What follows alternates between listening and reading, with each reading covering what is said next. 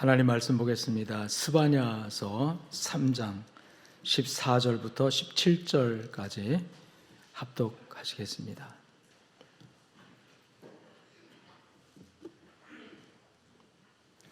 구약성경 1310쪽에 있습니다.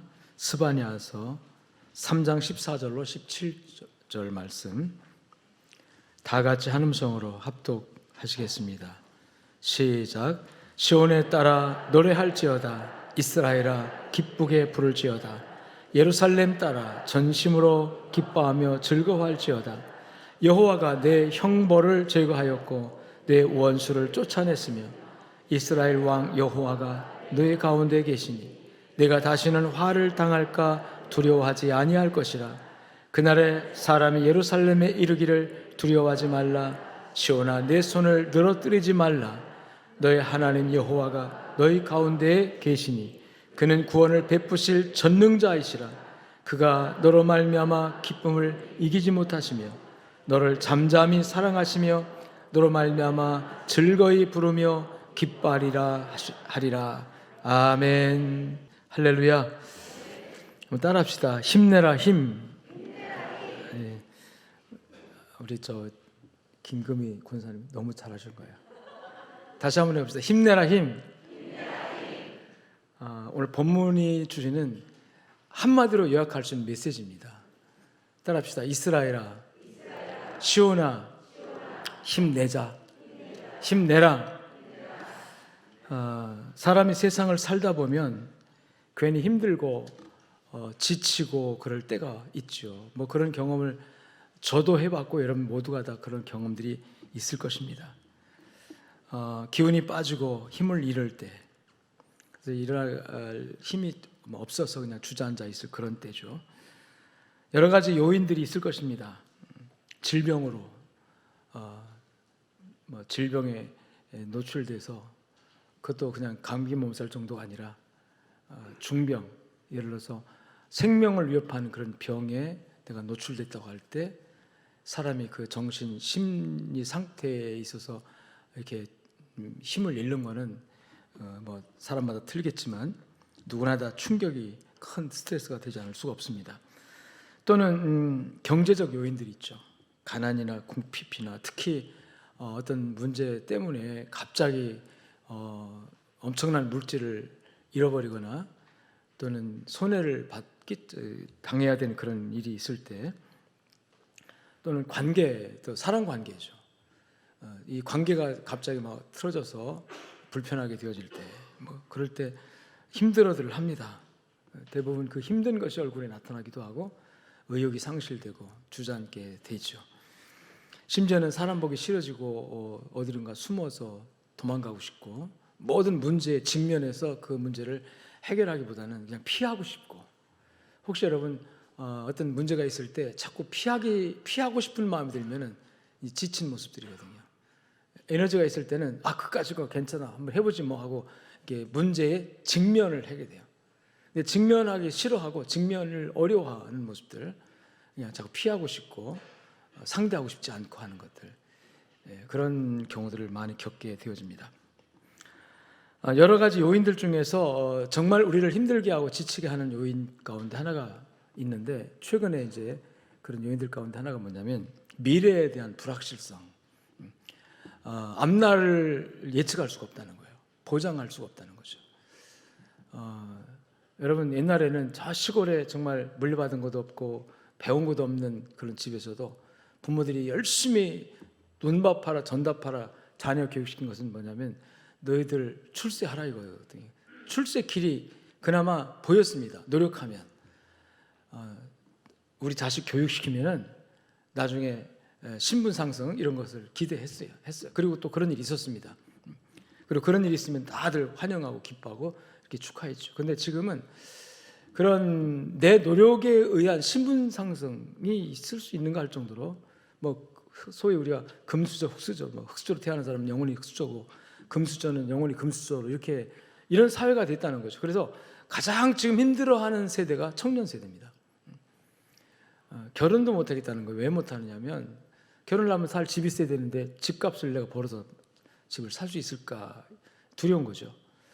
또 자식을 못 낳겠다는 거예요. 왜 못 낳느냐 그러니까 키울 자신이 없다는 거예요. 내가 둘이 맞벌이를 뼈 빠지게 해도 자식 학원비 하나 될 수가 없다. 이 사교육비 문제 이런 것들 때문에. 그러니까 미래가 암담하다는 거죠. 그래서 미래가 없는 그런 사람들은 지칩니다. 그리고 이제 포기하죠. 해도 안 돼.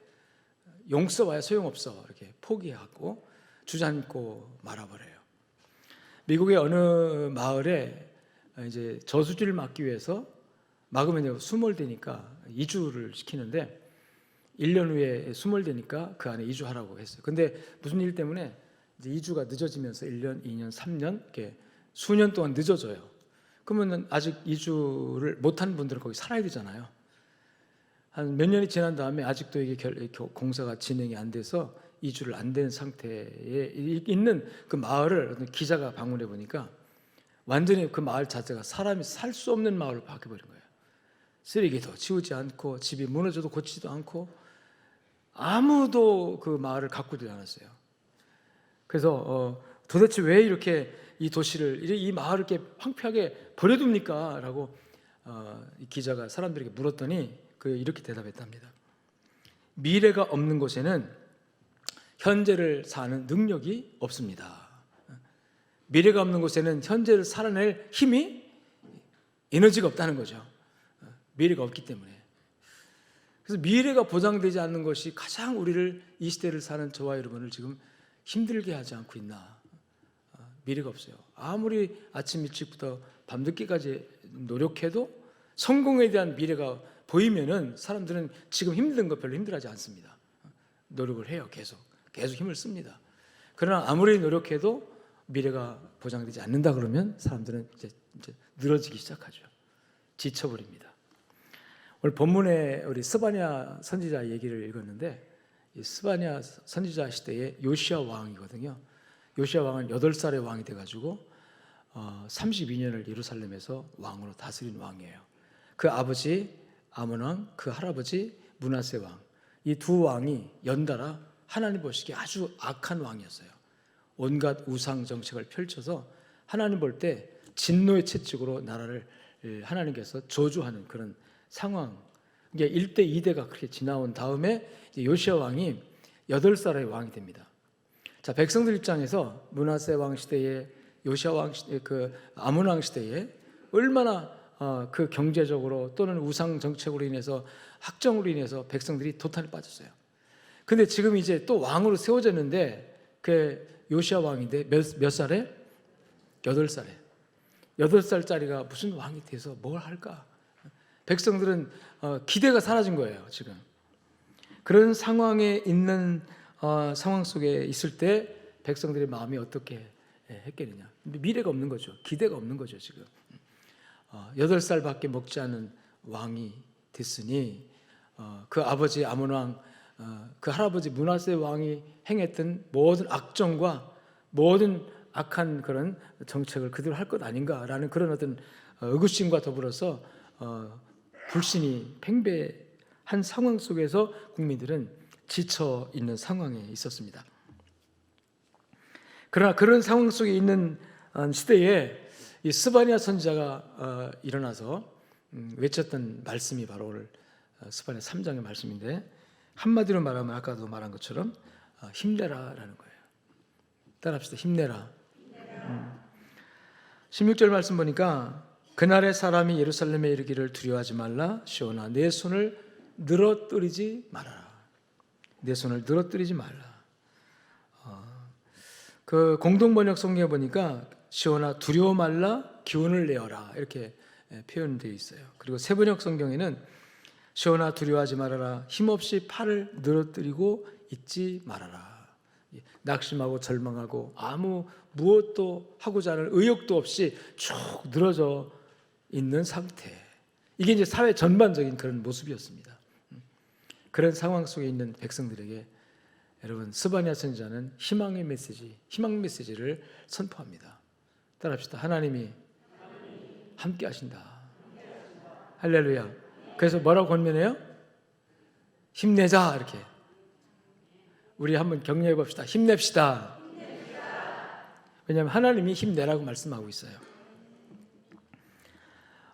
과연 나는 우리 양적교 성도 여러분들이 고민하고 있지만 우리 나라나 국가의 미래를 볼 때 정말 힘내라 힘 해가지고 힘을 낼 수 있는 그런 희망이 보이는가 걱정스러워요. 저출산 문제는 정말로 걱정스럽습니다. 전 세계 국가 중에서 첫 번째 1등하는 것 중에 1등이 뭐냐면 자식 안 낳는 거. 죽도록 안 낳는 거예요. 그냥 자식을 낳잖아요. 그래서 출산율이 0.78%라던가요? 0.78%. 둘이 결혼해서 한 명도 못 만들어내는 거예요. 0.7이니까 한 명도 못 만들어내는 거예요. 그러니 이 나라가 앞으로 10년, 20년, 30년 후에 인구가 늘어날까요? 줄어들까요? 여러분 계산 나오죠? 사회학자들은 앞으로 27년 후 2050년에 우리나라 인구가 반쪽 난다 이렇게 전망합니다. 이게 100년 후의 일이 아니에요. 200년 후의 일이 아니에요. 단 20, 30년 후에 2050년대에 우리나라 인구가 반토막 난다고 예측을 하는 겁니다. 이대로 가면. 그래서 국가에서 엄청난 재정을 1년에 17조억을 쏟아부었다고 하더라고요. 그 어마어마한 재정을 쏟아부어도 출산율이 증가하는 길은 고사하고 더 줄어들고 있어요. 그 뭔가 돈을 잘못 쓰고 있다는 거죠. 엉뚱한 데다 돈을 쏟아붓고 있다는 얘기겠죠.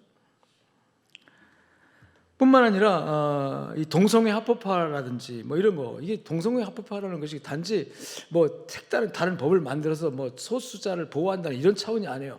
국가의 미래에 관하여 엄청난 이 데미지, 엄청난 이 손해를 끼칠 수 있는 그런 법들을 막 지금 만들어내고 있는 거거든요. 북쪽의 핵 개발 완성, 이제 어느 나라도 핵 개발을 그냥 애써서 외면하는 거지.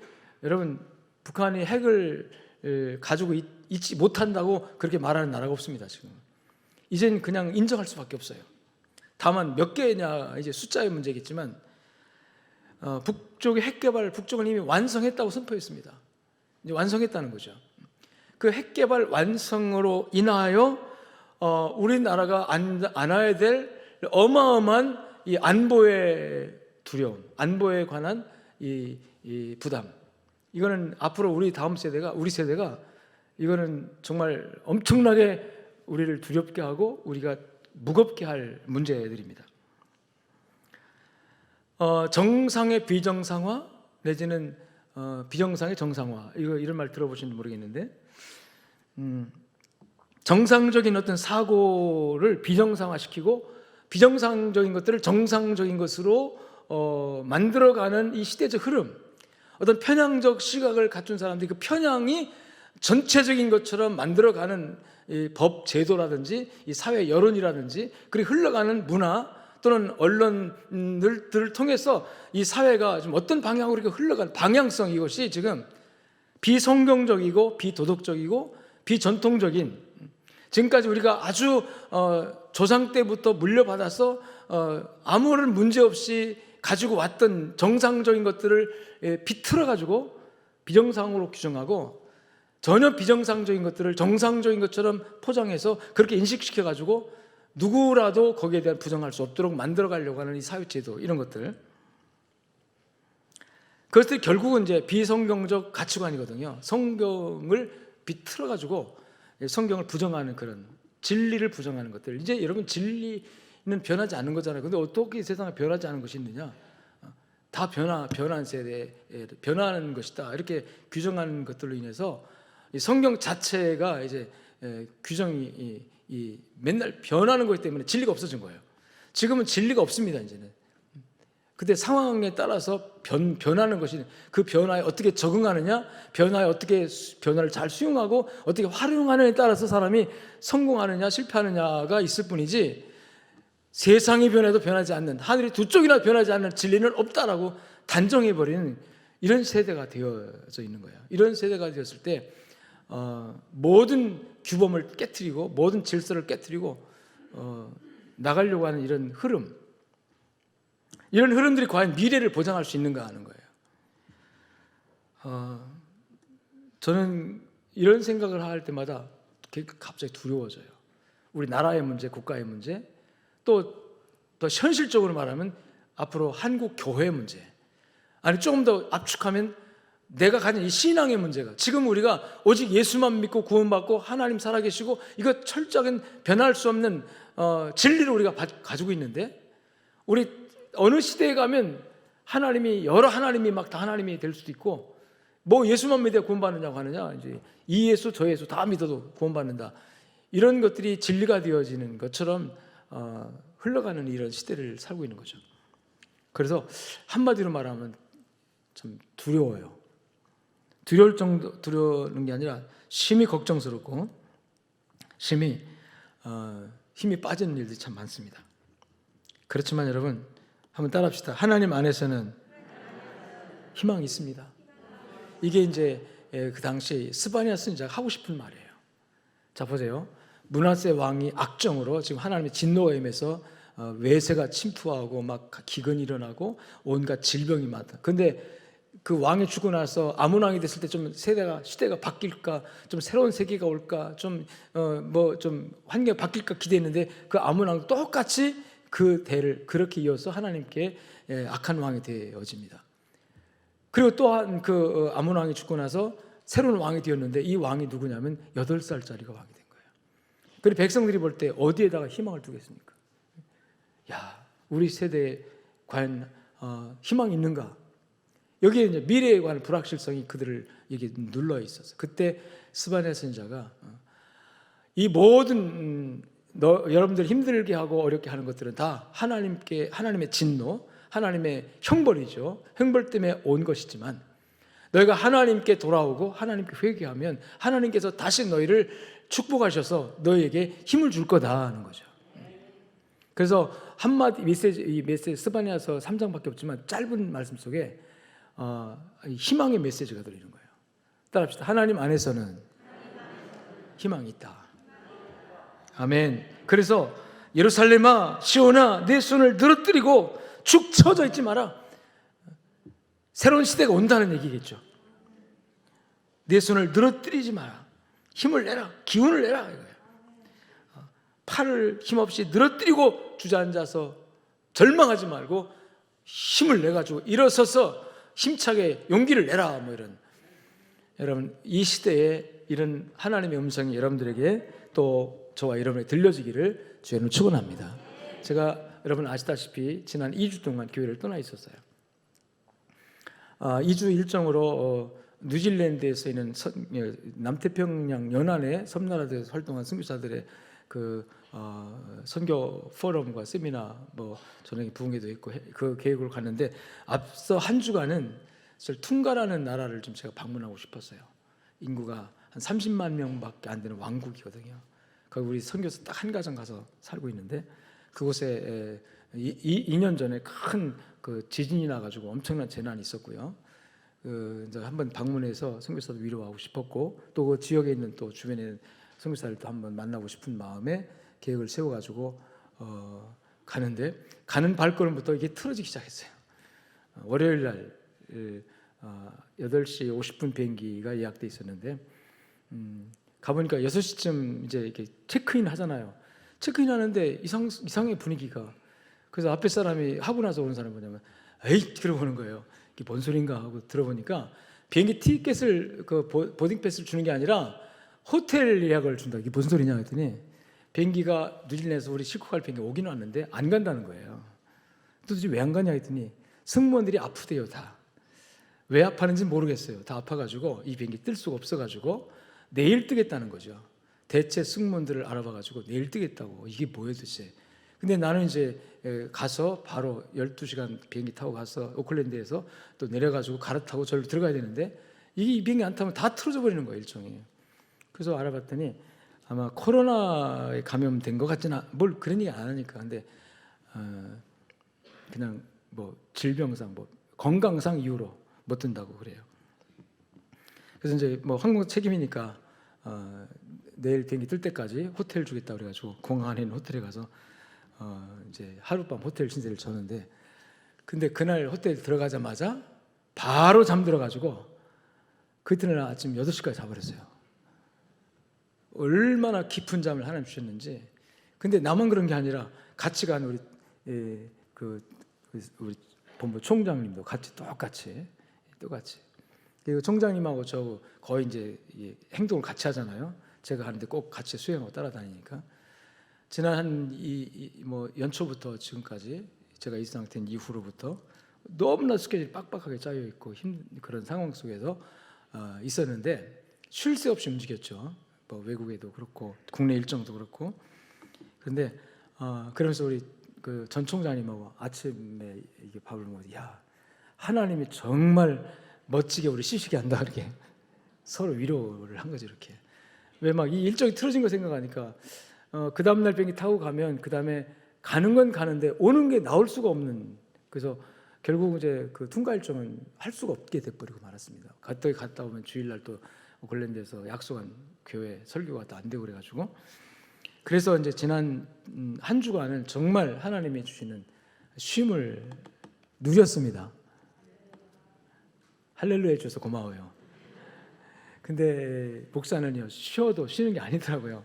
한편은 너무나도 육체는 쉬고 좋은데, 그래서 이제 오클랜드에서 우리 선교사님들 미리 온 분들이 있어가지고 그분들과 늘 만나서 밥 먹고 또 뭐 온천에도 가서 쉬면서 정말 하나님이 이런 쉼을 주시는구나 너무 감사했는데, 한쪽에 이만한 짐이 또 하나 있는 게 뭐냐면 미안한 생각이 드는 거예요.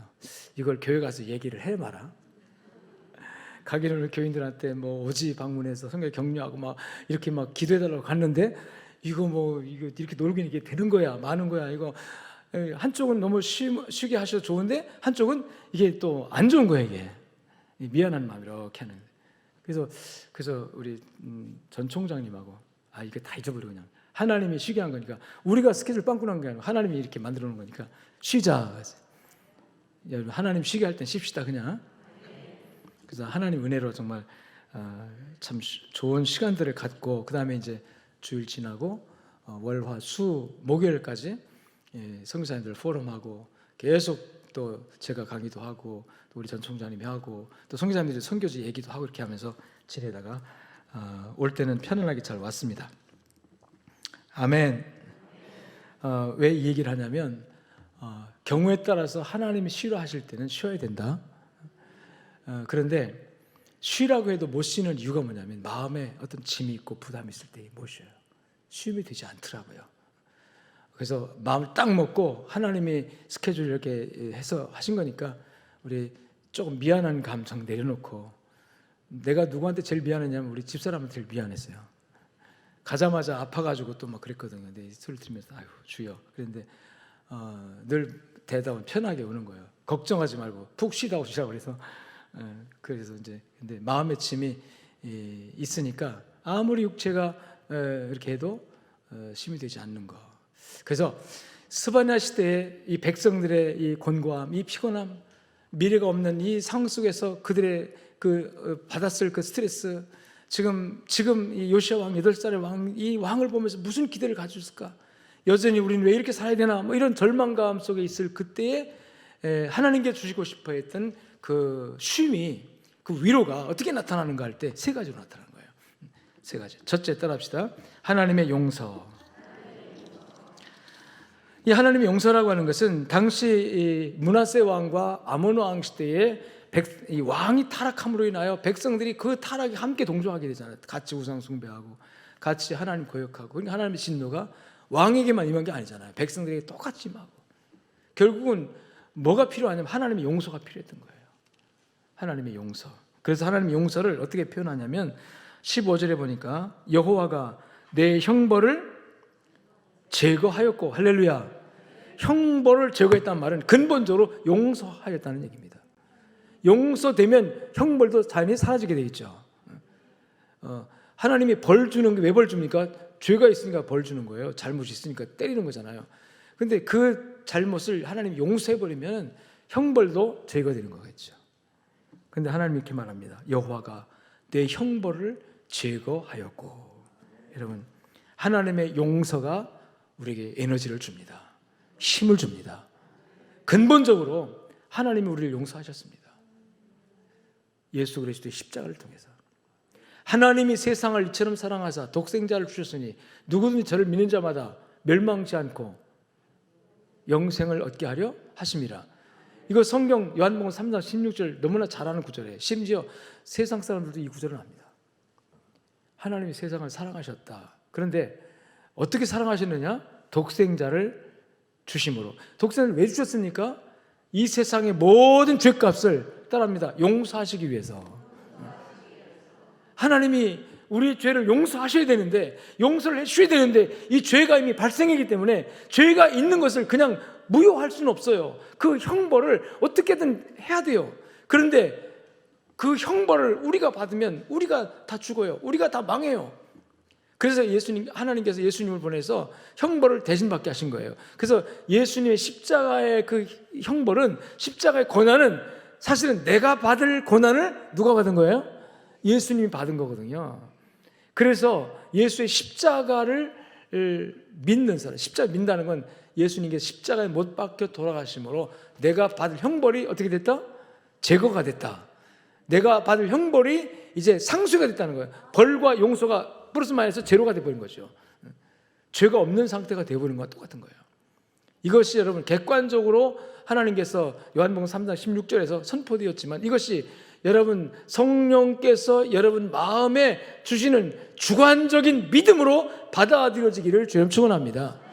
그게 나와 무슨 상관이냐가 아니라 바로 예수 그리스도가 나를 위해서 십자가에 죽으셨다고 그래 믿어줘야 된다는 거죠. 오늘 스바냐 선지자가 바로 이걸 말하고 싶었던 거예요. 하나님이 너희를 용서했다는 거죠. 아멘. 하나님 우리를 어떻게 용서를 하냐면, 이사야 43장 25절에 보니까 나 곧 나는 나다 이런 뜻이거든요. 여러분이 나는 나다 이 말은 여호와라는 이 하나님의 이 명칭과 관계 있는 얘기예요. 하나님의 명칭 여호와는 스스로 있는 분, 스스로 있는 자죠. 나는 스스로 있는 자다, 나는 나다 이런 뜻이거든요. 근데 하나님께서 자기 이름의 근거를 가지고 자기 이름으로 지금 나는 이렇게 말하는 거예요. 나 곧 나는 어떤 사람이냐? 나 곧 나는, 따라합시다. 나를 위하여. 누구를 위하여? 나가 누굽니까? 하나님 자신이에요. 나 곧 나는 나를 위하여 너의 허물을 도말이 뭡니까? 지워버리는 거예요. 용서하는 겁니다. 나 곧 나는 나를 위하여 너를 용서하는 자다. 여러분, 이 하나님의 용서가 우리 때문이 아니에요. 우리 때문이 아니라 하나님 자신 때문에 우리를 용서하는 겁니다. 나는 너를 용서하지 않고는 내가 행복이 없어. 내가 평화하지 않아. 너가 나에게 용서를 구하지 않아. 나는 너를 용서할 거야. 이게 하나님의 용서입니다. 언제 우리가 죄를 지었으니 하나님 예수님 보내서 나 대신 죽게 하시고 그때 나 용서해 이렇게 구했습니까? 도리어 다 치우쳐 하나님 거역하고 하나님 모른 척하고 하나님 어디 있냐 떠들 인생들에게 하나님께서 우리를 용서하시려고 하나님의 주도적인 의지로 예수 그리스도를 이 땅에 보내서 십자가에 못 박혀 죽게 하신 다음에 그것을 근거로 해서 나는 너를 용서한다 이렇게 말한 거예요. 할렐루야. 이 용서가 여러분들에게 허락되었다면 용서 때문에 우리는 용기를 낼 수 있어요. 힘을 낼 수 있어요. 아멘. 하나님의 용서는 우리에게 힘을 줍니다. 두 친구가 사막을 걷고 있었습니다. 한참을 걸은 후 어느 지점에 도착했을 때 서로 말다툼을 했고 심한 말다툼 끝에 한 친구의 뺨을 후려 때렸습니다. 뺨을 맞은 친구가 너무나도 억울했겠죠. 또 멱살 잡고 싸울 수 있었겠지만 이 뺨을 맞은 친구가 갑자기 딱 이렇게 엎드리더니 사막의 모래 위에다가 오늘 나의 가장 사랑하는 나의 친한 친구가 내 뺨을 후려쳤다. 모래에다가 썼어요. 그리고서 길을 가다가 이제 또 화해했겠죠. 가다가 어느 이제 오아시스 지역을 가는데 갑자기 그 지역에 이 수렁이 있어요. 가다가 아까 뺨을 맞은 친구가 빠져버렸어요. 갑자기 수렁에 빠져 허우적거리면서 이제 가만 놔두면 모래 속에 훅 들어가게 되는 거죠. 죽게 되는 거죠. 막 소리칠 때 뺨을 때린 친구가 다시 이렇게 건져가지고 살아났습니다. 살아난 다음에 이 친구가 또 글을 쓰는데 어떻게 쓰냐면 바위돌 위에다가 썼어요. 바위 위에다가 글을 썼어요. 오늘 나의 사랑하는 친구가 내 생명을 구했다. 자, 이 모습을 보던 그 다른 친구가 물었습니다. 야, 내가 너를 때렸을 때는 모래 위에다가 글을 쓰더니 내가 너의 생명을 구했을 때는 왜 바위 위에 쓰냐라고 물었더니 너가 나를 때렸을 때 내 안에 미움이 있었다. 너를 죽도록 미워하는 미움이 있었다. 그런데 이 미움은 모래 위에 써야 이 사막의 모래바람이 용서의 바람이 불어서 흔적도 없이 다 지워지고 미움이 지워지는 거겠죠. 근데 네가 나를 또 살렸지 않느냐. 너무너무 고마운데 이것은 아무리 세월이 흘러도 지워지지 않게 하려고 내가 바위에 새겨 넣었다.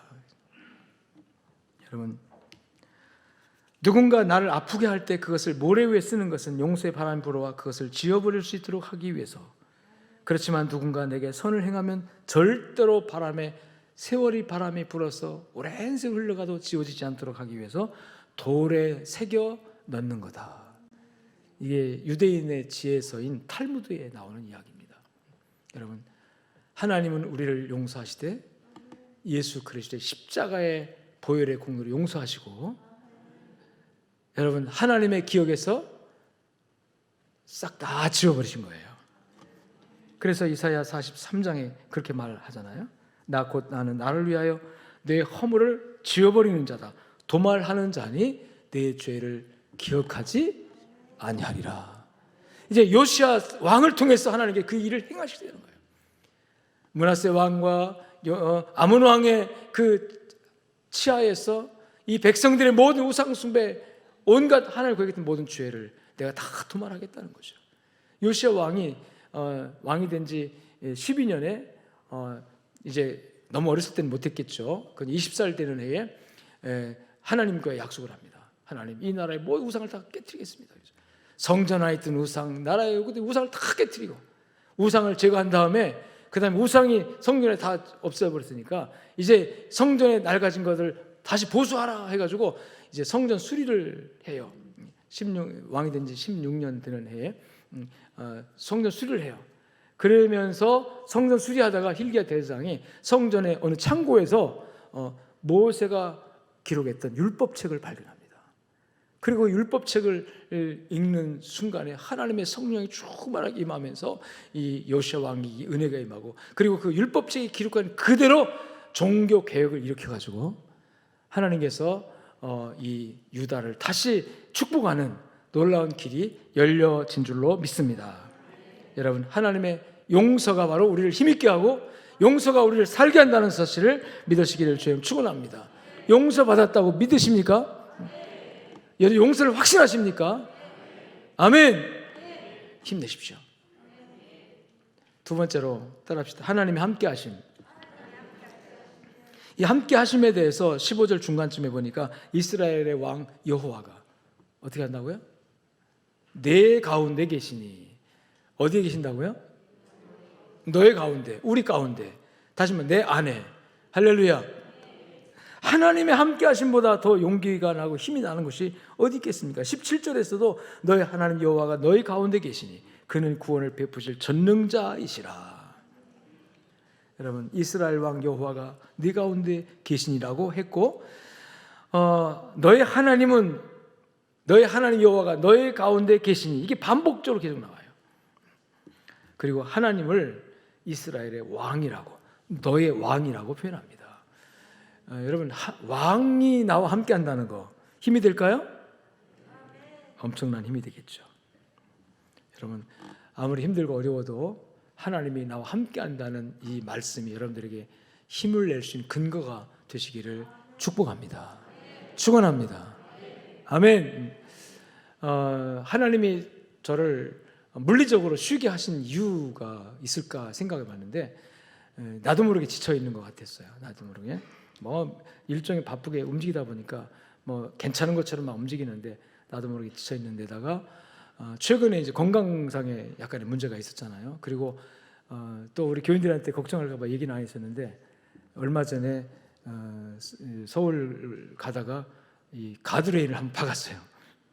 그래서 차가 막 휘청하면서 120 정도로 이렇게 제가 이제 항상 120에 맞춰놓고 자동으로 가도록 맞춰놓고 하는데 어떻게 했는지 모르겠어요. 왜 그래, 왜 박았는지 모르겠는데 옆에 가드레인을 확 봐가지고 차가 이렇게 한번 돌진 않았어요. 이렇게 하는데 앞뒤 차가 없어가지고 휘청거리 했지만 옆에 차가 쭉 이제 부서지긴 했었어요.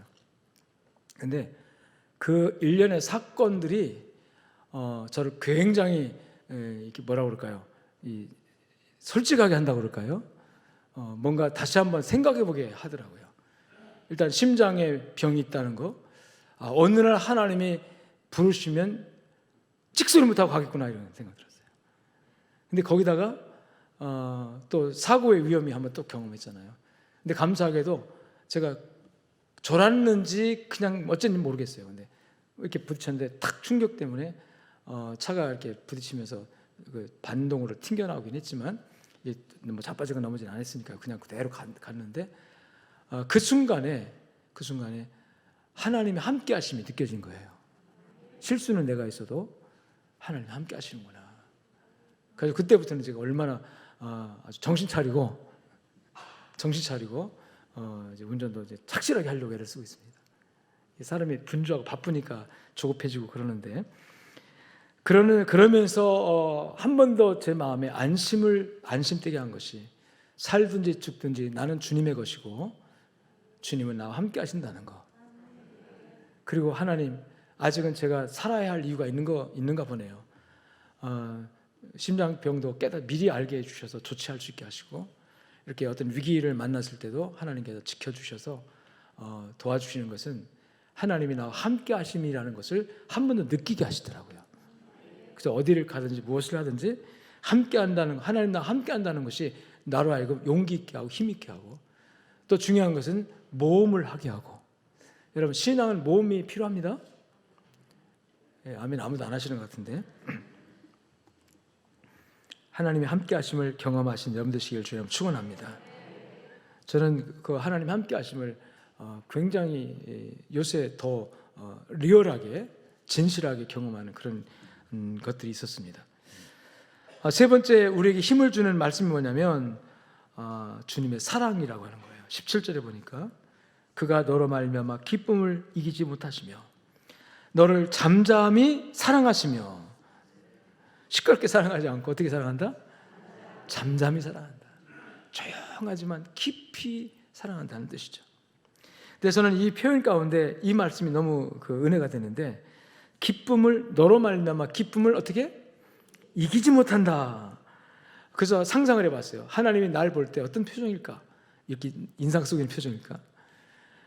한박 웃음으로 속에서 나는 웃음을 참지 못해서 막 그냥 표현되어진 그 기쁨의 모습. 이것이 하나님이 나를 향한 그런 기쁨의 표현이라면 여러분 이것보다 더 우리가 행복한 게 어디가 있겠습니까? 나는 하나님 앞에 인상 쓰고 있는데 하나님 나를 보시면서 기쁨을 이기지 못하시며 이기지 못한 말은 뭐냐면 표현한다는 뜻이거든요. 웃음을 참으려고 하는데 안 참아서 그럼 어떻게 합니까? 그냥 웃어버리잖아요. 이렇게. 이 구절을 읽으면서 사랑을 듬뿍 아는 연인들이 서로 다정하게 서로 마주보면서 속에서 나오는 사랑으로 상대방을 향해서 바라보는 그 표정들, 이게 하나님이 나를 향해서 그런 표정을 갖고 있다고. 내가 이렇게 부족하고 정말 하나님께 내놓을 곳이 없는 허물이 많은 존재인데 하나님은 불구하고 그냥 기쁨을 이기지 못해 하시는 모습. 어떤 때는 갓난 아이를 바라보는 부모의 심정으로, 여러분 갓난 아이는요 오물도 싸고 똥도 싸고 좀 다 쌉니다. 근데 똥 쌌다고 미워하는 부모 있습니까? 아이고 잘 쌌어 그러죠. 똥 싼 것도 이쁘게 보이죠? 어떤 때는 제가 그래요. 하나님 저 똥 싸고 오줌 싸는 갓난댕이처럼 하나님 볼 때 정말 유치하죠? 근데 똥 싸고 오줌 싸는 것도 하나님 볼 때 이쁨이 된다면 그것은 하나님의 사랑 때문입니다. 내가 사랑받을 조건 때문에 그런 게 아니고요. 그래서 그 사랑 때문에 하나님이 우리를 향해서 너로 말미암아 즐거이 부른다. 즐거이 콧노래 부른다는 뜻이에요.